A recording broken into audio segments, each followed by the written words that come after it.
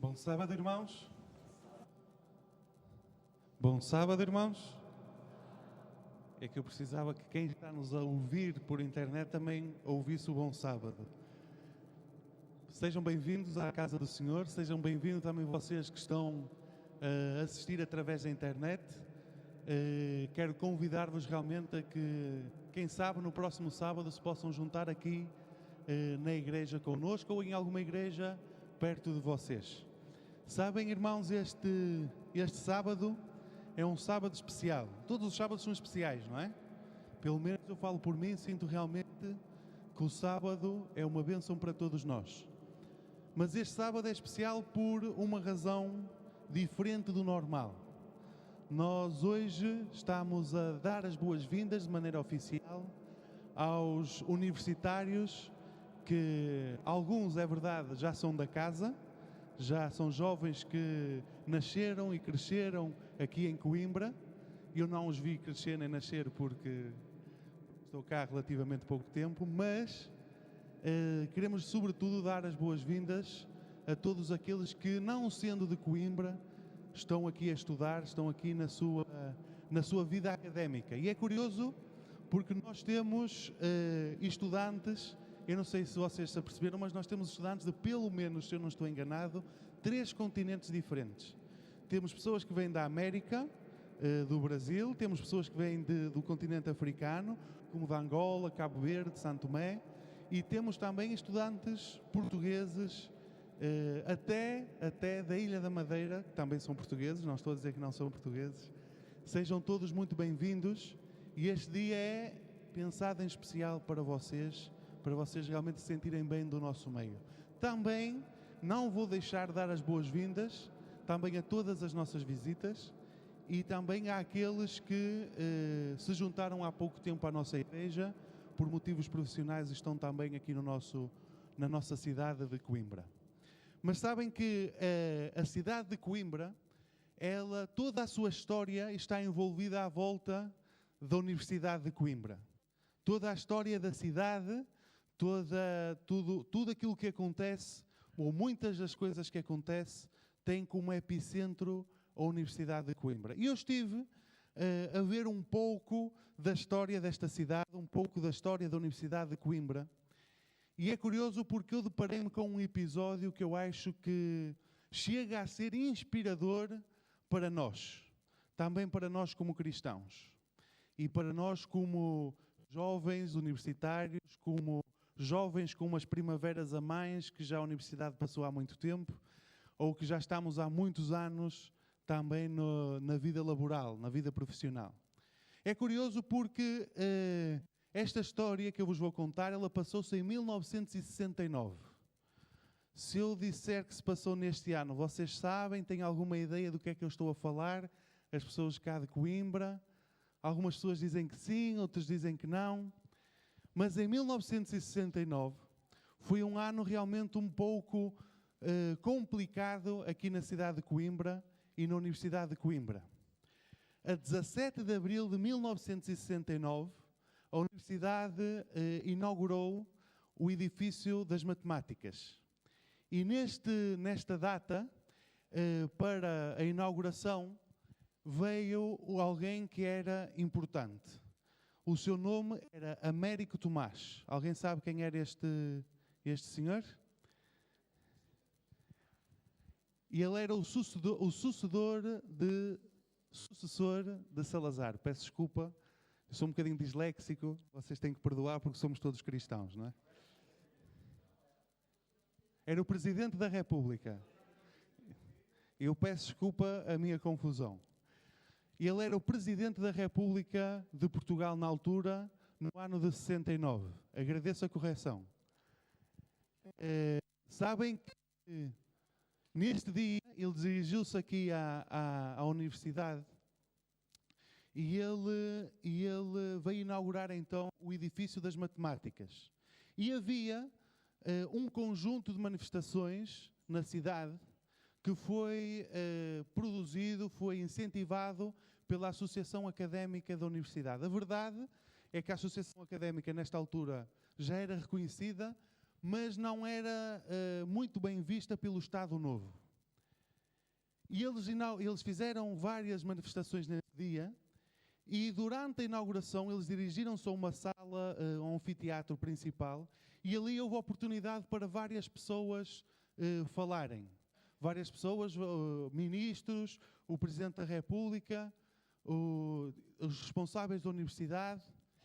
E é curioso porque nesta altura, neste momento, houve um jovem que se pôs de pé. Eu queria dizer o nome dele, que é Alberto Martins. Ele era o presidente da Associação de Estudantes aqui de Coimbra, e ele levantou-se a pedir a voz, a pedir para falar em representação dos estudantes. Imediatamente ele foi silenciado e pediram para ele, e fizeram com que ele não tivesse voz. Imediatamente cá fora, os estudantes começaram-se a revoltar, e a tensão neste dia foi crescendo, nestas horas foi crescendo, ao ponto de que os estudantes eles invadiram o edifício, invadiram aquela sala, já não estando lá o Presidente da República, e aí sim, com a sala cheia de estudantes, cheias de estudantes da universidade, Alberto Martins ele pôde discursar. E é curioso porque mais tarde, ao longo desse dia, houveram várias manifestações por Coimbra. Desde as escadas monumentais até à Baixa de Coimbra, passaram por vários locais emblemáticos da cidade e passaram os seguintes dias a manifestar-se. Vários estudantes foram suspensos da universidade em consequência disso, e por isso ainda levou a que as manifestações aumentassem. E quando estes estudantes foram suspensos, foi decretado pela Associação Académica o luto académico. E este luto estendeu-se por vários meses, apesar da universidade em si não reconhecê-lo.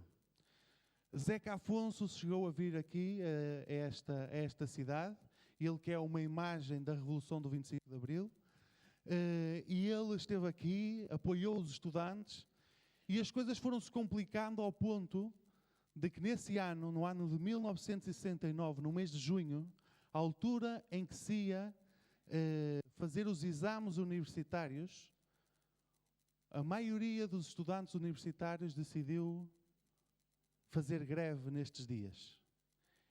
E apesar de haver alguns estudantes que realmente fizeram os exames, a maioria dos estudantes de Coimbra, nesse ano, não realizou os exames académicos. Eu não estou a tentar vos incentivar a não fazerem os exames. Isso pode correr um bocadinho mal e depois não digam, foi o pastor. Não. Mas havia algo de especial nestes jovens. Sabem qual era? É que eles tinham encontrado um propósito. Eles tinham encontrado um motivo e uma prioridade na sua vida. Eles sabiam que aquilo que defendiam, valia a pena lutar por isso. Valia a pena avançar e lançar a voz ao alto para defender aquilo que eles consideravam que era um princípio fundamental nas suas vidas e um princípio que deveria existir também na universidade. Então eles realmente atiraram-se de cabeça, arriscando até o seu percurso académico e arriscando também o seu futuro como profissionais. Porquê? Porque eles tinham decidido aquilo que era prioritário nas suas vidas. E aqui é que está uma lição que podemos tirar desta história. Nós, como cristãos, nós precisamos de saber exatamente qual é a nossa prioridade. Nós precisamos de entender na nossa vida porque é que vale a pena lutar. Se vamos alçar a nossa voz ao alto, qual é o motivo de o fazer? E em especial para vocês universitários, eu vejo alguns olhar para mim, outros não, mas principalmente para vocês universitários, vocês estão numa fase da vossa vida e vocês sabem que estão a definir aquilo que vão ser o resto da vossa vida. E eu gostava que vocês se perguntassem a vocês mesmos hoje, qual é a prioridade hoje que vocês têm na vossa vida que vai fazer a diferença amanhã. Esta história que o nosso querido irmão Paulo Peixoto leu é uma história que também fala de prioridades. Marta e Maria, duas amigas próximas de Jesus, também o seu irmão Lázaro, era amigo próximo de Jesus, elas, diz-nos o texto, que receberam Jesus na sua casa. Eu gostava que nós pudéssemos ler novamente o versículo 38, porque há aqui um facto curioso neste versículo. Lucas, capítulo 10, versículo 38. Porque existe uma responsável principal para o facto de Jesus estar nesta casa. Vamos ler. Lucas 10, capítulo 38, diz assim: Indo eles de caminho, entrou Jesus num povoado. Entrou Jesus em Betânia. E Jesus, ele vai até a casa destas mulheres, porquê? Porque Marta hospedou.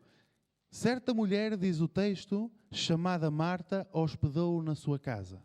Então, normalmente, quando nós lemos esta história, nós pensamos quase, permitem-me a contradição, nós pensamos quase sem pensar que Maria fez a coisa certa e Marta fez a coisa errada. Mas a verdade é que nós vemos que Marta, em parte, ela tomou decisões corretas. Quando Jesus se deslocou até a sua cidade, ao contrário da sua irmã, nós vemos que Marta chamou Jesus e foi ela que recebeu Jesus na sua casa. Já imaginaram o privilégio que era cada um de nós ter o privilégio de dizer a Jesus: olha, anda a almoçar na nossa casa. Seria maravilhoso. E Marta fez isto, apesar de que muitas vezes nós temos um olhar negativo nesta história sobre Marta. Marta era a responsável da sua casa. Ela era a irmã mais velha, ela era a responsável da sua casa e realmente ela recebeu a Jesus. Ela fez isso bem. Ela era a responsável por Jesus estar ali. Mas ao mesmo tempo, ela era a cuidadora daquela casa. Ela era a responsável de manter aquela casa em ordem e de receber bem os seus visitantes. Então ela estava dedicada ao seu trabalho, ao seu serviço como dona de casa. E é curioso porque vemos a sua irmã Maria quase numa situação oposta a ela. Diz o versículo 39, tinha ela uma irmã chamada Maria, e esta quedava-se assentada aos pés do Senhor, a ouvir-lhe os ensinamentos. É curioso porque Marta está a fazer aquilo que era suposto fazer, estava a fazer aquilo que a sociedade ensinava que ela teria que fazer. Que era, se havia um hóspede na sua casa, tinha que recebê-lo da melhor maneira possível. E tinha que fazer tudo para o hóspede se sentir bem. Não sei se vocês sabem, mas no povo de Israel havia uma regra, uma lei que dizia que nenhum estrangeiro que fosse a uma cidade deveria dormir fora de uma casa. Então era tradição e era lei entre os judeus e israelitas, qualquer estrangeiro que estivesse na sua cidade, eles tinham que convidar para a sua casa. Hoje isso choca-nos, mas foi exatamente isso que Marta fez. Jesus era um estrangeiro e Marta chamou para a sua casa. Maria, por sua vez, faz o oposto. Maria, por sua vez, faz o oposto de Marta.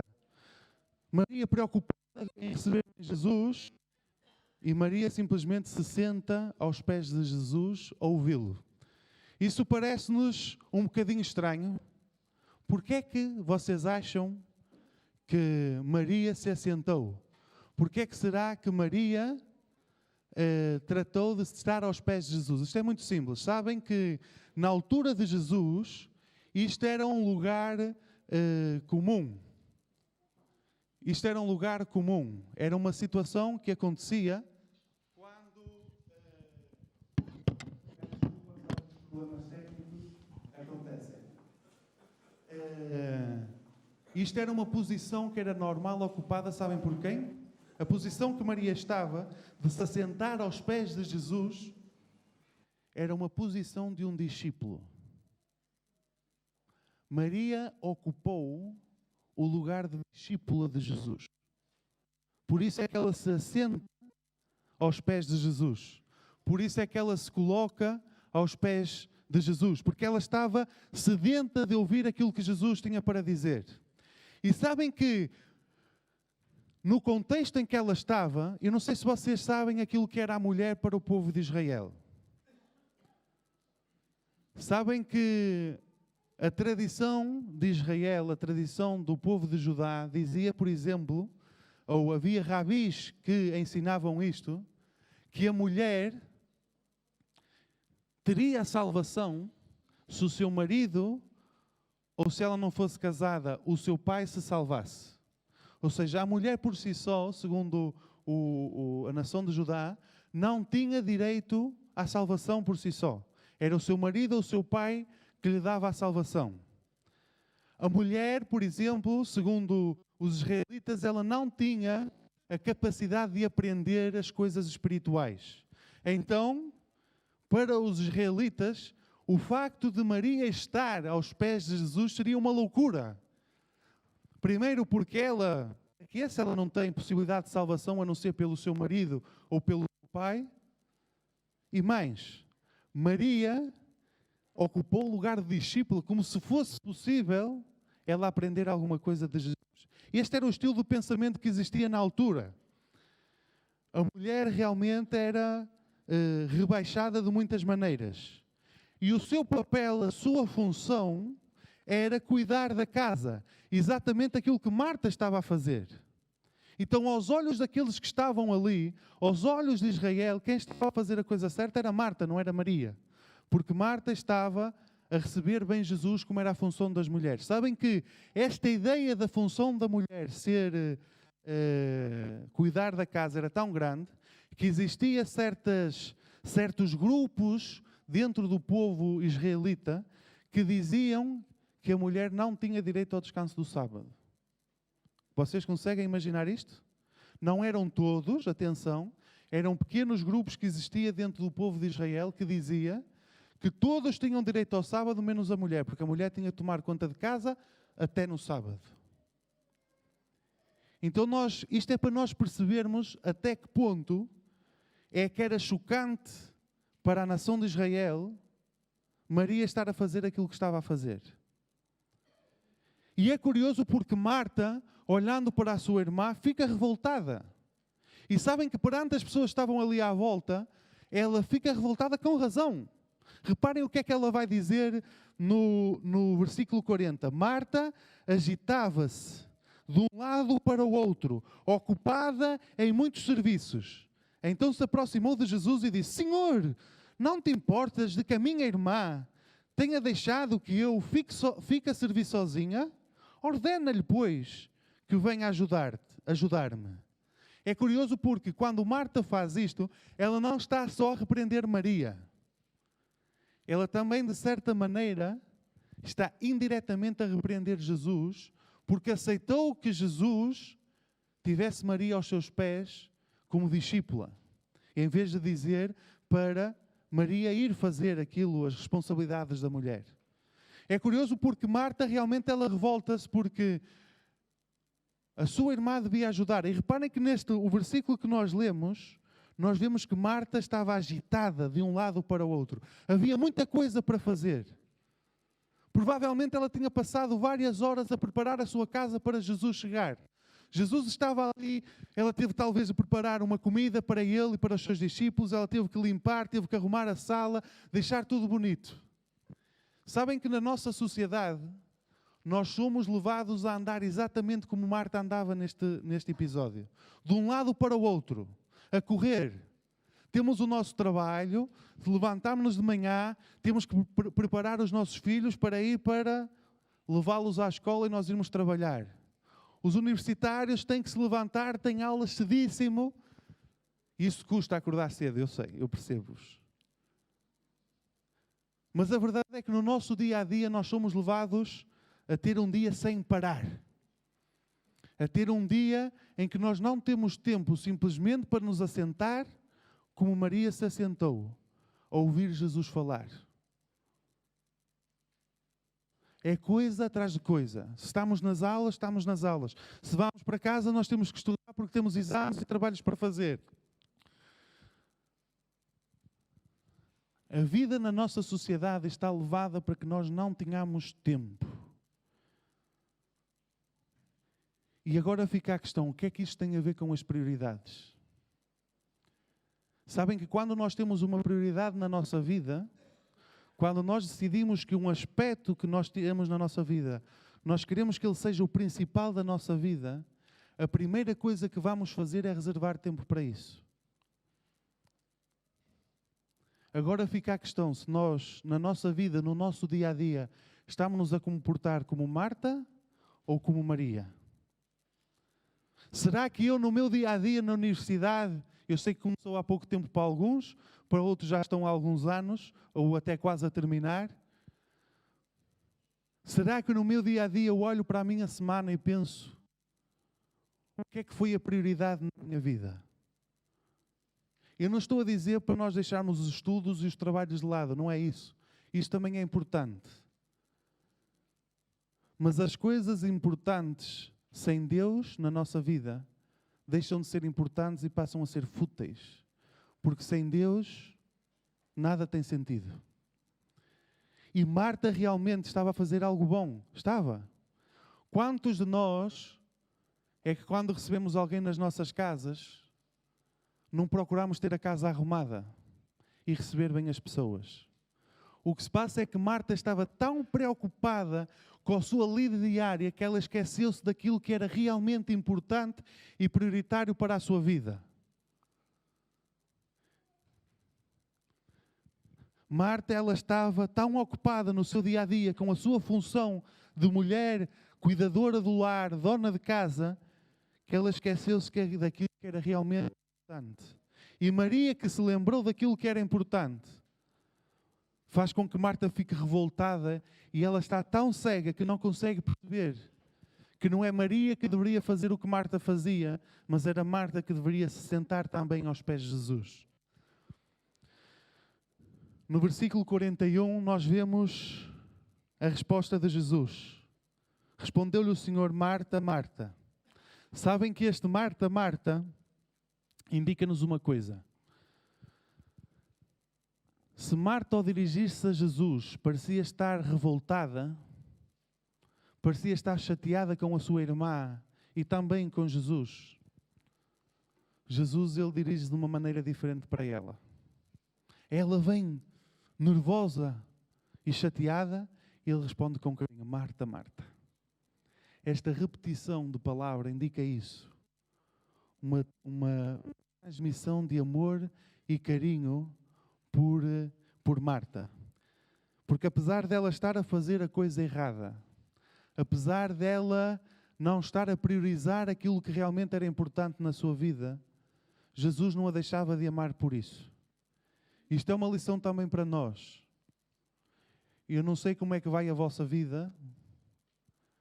Vocês neste momento estarão a pensar se as coisas estarão bem ou mal, se vocês estão a priorizar a Deus ou não, mas sabem que é uma das coisas que eu considero mais maravilhosas acerca de Deus e acerca de Jesus? É que nós vamos sempre a tempo de mudar. Se nós sentimos o desejo no nosso coração de ter um estilo de vida mais condizente com aquilo que Deus quer para nós, é porque vamos a tempo de mudar. E o Espírito Santo está a trabalhar em nós. E da mesma maneira que Jesus se dirige a Marta e diz: Marta, Marta, com amor, e ele dirige-se a mim e diz: Paulo, Paulo, com o mesmo amor que tinha por Marta. Jesus diz: Marta, Marta, andas inquieta e te preocupas com muita coisa. Nós preocupamos-nos realmente com muita coisa. São os trabalhos, os exames, é também estar com os nossos amigos, é ligar aos nossos pais, ou não. Eu falo por mim, nos 5 anos estive em Espanha. Os meus pais, quando cheguei, sempre que chegava, cascavam-me, porque tu não nos ligas. Não tinha tempo para eles porque andava preocupado com outras coisas. E às vezes acontece o mesmo. Estamos tão preocupados que nos esquecemos de ligar ao nosso Papá do céu. Andas tão preocupada com muitas coisas. Versículo 42 diz assim, é curioso o que diz. Entretanto, pouco é necessário. Não é necessário muita coisa. Pouco é necessário ou mesmo uma só coisa. Maria, pois, escolheu a boa parte, e esta não lhe será tirada. Sabem que a maioria das vezes aquilo que acontece, que eu vejo que acontece até na minha vida, é que eu preocupo-me com tantas coisas que não têm importância. Ou se têm uma importância, vamos dizer, secundária. Muitas vezes perdemos tempo com coisas que não deveriam ser a nossa prioridade. Sabem que em 2011 eu fui a um acampamento chamado Impacto. Acho que a maioria de vocês conhece. Aqueles que não conhecem podem me perguntar o que é e incentivo-vos a participar no próximo ano. Este ano não houve por causa do Campo Internacional. E para quem não sabe, uma das responsáveis do Impacto é aqui da igreja, ou duas, que estão aqui sentadas à frente, a Andreia e a Beta. E eu gostava de incentivar desde já os jovens aqui da igreja de Coimbra a participarem deste acampamento que é especial. Mas eu fui neste ano, em 2011, eu estive no acampamento do Impacto e foi muito importante para mim este acampamento. Porque eu até aí tinha uma vida em que eu não priorizava aquilo que era realmente importante na minha vida. Eu estava na Universidade do Minho a estudar Engenharia e a minha vida era passada entre a universidade e tudo o que vocês possam imaginar, desde se pode fazer com um computador, se pode fazer numa universidade. Não estudava somente, até às vezes abdicava do meu tempo de estudo para fazer coisas que não eram tão importantes. Desde jogar, desde ver filmes, desde ver séries, posso-vos dizer que eu era viciado nestas três coisas. Realmente tinha um vício na minha vida nestas três coisas. E neste impacto, e sabem que muitas pessoas vinham falar comigo da igreja a tentar me levar a mudar o meu estilo de vida, mas entravam por aqui e saía por ali. Mas neste impacto de 2011, o pastor que estava responsável do impacto era o pastor Daniel Gouveia. Ele hoje já não está cá em Portugal, está nos Estados Unidos. Mas ele fez uma pregação que eu nunca me vou esquecer. Ele disse: o que é que vocês acham, esta frase eu nunca me vou esquecer, o que é que vocês acham que Deus sente quando, em vez de passarmos tempo com Ele, estamos a jogar computador, estamos a ver filmes, Ou seja, a transmissão que Ele me deu, a maneira como Ele me transmitiu a informação, Ele não disse que o problema estava em ver estas coisas, não. Aquilo que Ele transmitiu foi: tu estás a abdicar do teu tempo com Deus para estas coisas. O que é que achas que Deus sente? O que é que tu achas que sente quando Jesus, aquele que sofreu para estar numa cruz para nos salvar, o que é que vocês acham que este Deus maravilhoso sente quando nós abdicamos o nosso tempo com Ele para estar a fazer coisas que não se relacionam de nenhuma maneira com Ele? O que é que será que Jesus sente? O que é que será que Jesus sente? Nós precisamos de priorizar a nossa vida. Nós precisamos de decidir aquilo que realmente é importante. É verdade, os estudos, o nosso trabalho, as nossas responsabilidades no dia a dia é importante. Mas será que nós não estamos a levar ao extremo?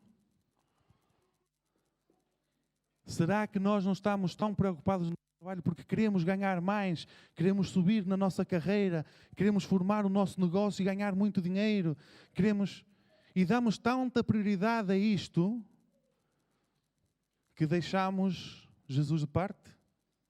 Como é que será que Jesus se sente? Como é que será que Jesus se sente quando nós, a cada dia, não temos um encontro com Ele? Jesus diz a Marta que Maria, ela fez a escolha certa. A escolha de estar assentada aos pés de Jesus. A escolha de, se calhar, não fazer aquilo que a sociedade esperava dela. De lidar com a casa. Priorizar as suas funções de casa. Ela não se preocupou com isso. E ela preocupou-se realmente com aquilo que era importante naquele momento, que era ouvir as palavras de Jesus. E Jesus diz claramente, escolheu a boa parte. E esta não lhe será tirada. Ela escolheu a coisa certa. Será que eu estou na minha vida a escolher a coisa certa? Mateus 6:33, para terminar com este texto, que eu sei que os irmãos também devem conhecer, ou a maioria de vocês, em Mateus 6, no capítulo 33.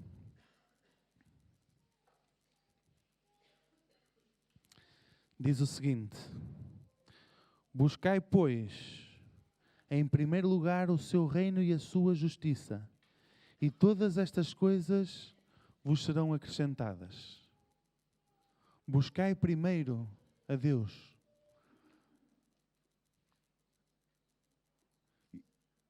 Sabem que quando nós estamos na universidade, e falando em especial para os universitários neste momento, há muitas coisas e muitas atividades que nos aparecem à frente, muitas causas pelas quais lutar, muitas coisas que fazer. A questão é, o que é que vamos priorizar? Porque a decisão que vocês tomarem agora, universitários, é aquilo que vos vai construir como pessoas. E estendo isto também a todos os outros, estudantes de secundária, estudantes do básico, trabalhadores já experientes, professores universitários, por aí fora. Todos nós temos uma decisão para tomar hoje. O que é que vai ser o resto do meu dia? O que é que vai ser o dia de amanhã? O que é que vai ser a minha vida? O que é que vai ser o resto da minha vida? Qual vai ser a prioridade? Aqueles jovens em 1969, eles decidiram deixar de parte a sua vida académica, decidiram deixar de parte as suas obrigações como estudantes para lutar por uma causa maior que eles consideravam que valia a pena lutar. O que é que eu tenho na minha vida que me faz querer lutar? Será que é o dinheiro? Será que é uma boa profissão no futuro? Será que é, sei lá, tanta coisa? Um lugar de respeito na sociedade? Ou será? Porque estas coisas são importantes. Eu não estou a dizer que as coisas são más por si sós. Não é isso que eu estou a dizer. É exatamente aquilo que aquele pastor me disse no Impacto 2011. O problema é quando estas coisas ocupam um lugar que não devem ocupar na minha vida.